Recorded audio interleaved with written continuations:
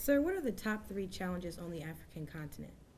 Well, we have to look at providing security in ways that make a difference. We have to look at being sustained in our activity so that our African partners know that we're there for the long term, that we're committed to their security, not because we do it for them, but because they are in fact doing it for themselves and we are helping them. As Nelson Mandela said, Africa is ready to provide for its own security, but with the help of its friends.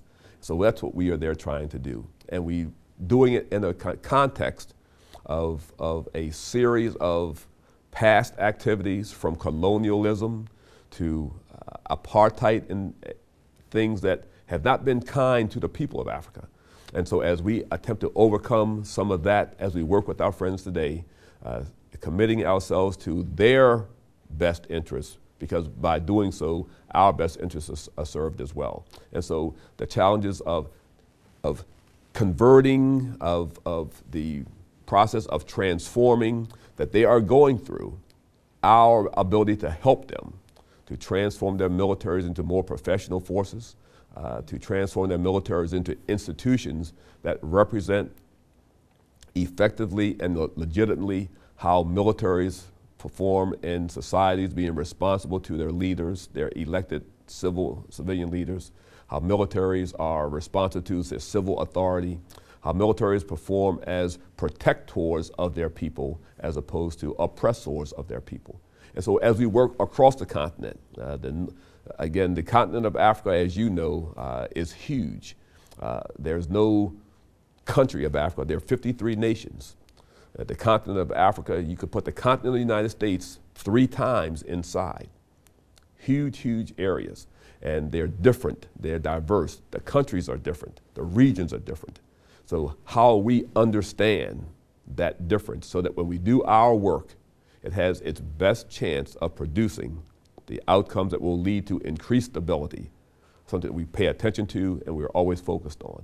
That clearly is something that we are focused on, we are dedicated to, and the creation of the United States Africa Command was designed to understand that in ways that isn't being addressed in an everyday fashion, so that we do have a better understanding of what goes on, and by having that understanding, our activities are more supportive of long-term stability as opposed to some quick fix that may not in fact be the long-term stability that the continent deserves and that we as Americans desire for its role in contributing to global stability. And that's going on across the continent, West Africa, East Africa, North Africa, Central Africa, and Southern Africa.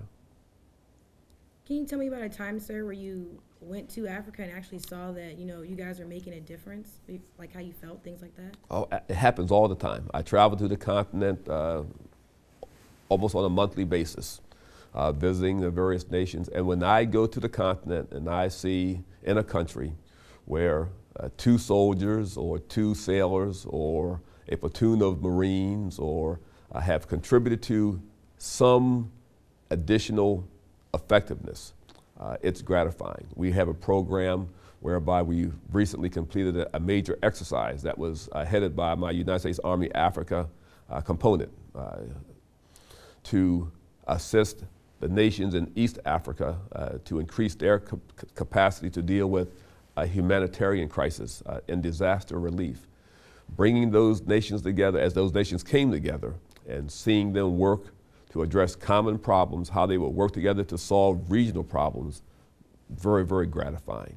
As we do programs to help build the capacity of their militaries to provide for their own security, maritime security as an example, where they can begin conducting the enforcement of their territorial borders in ways such that they're not being violated by illegal fishermen or illegal traffickers, and they have an ability to now begin to control their own borders. And the heads of state recognize that what you have done, what you have helped us do, is take better care of our own security. That is certainly something that we are gratified by.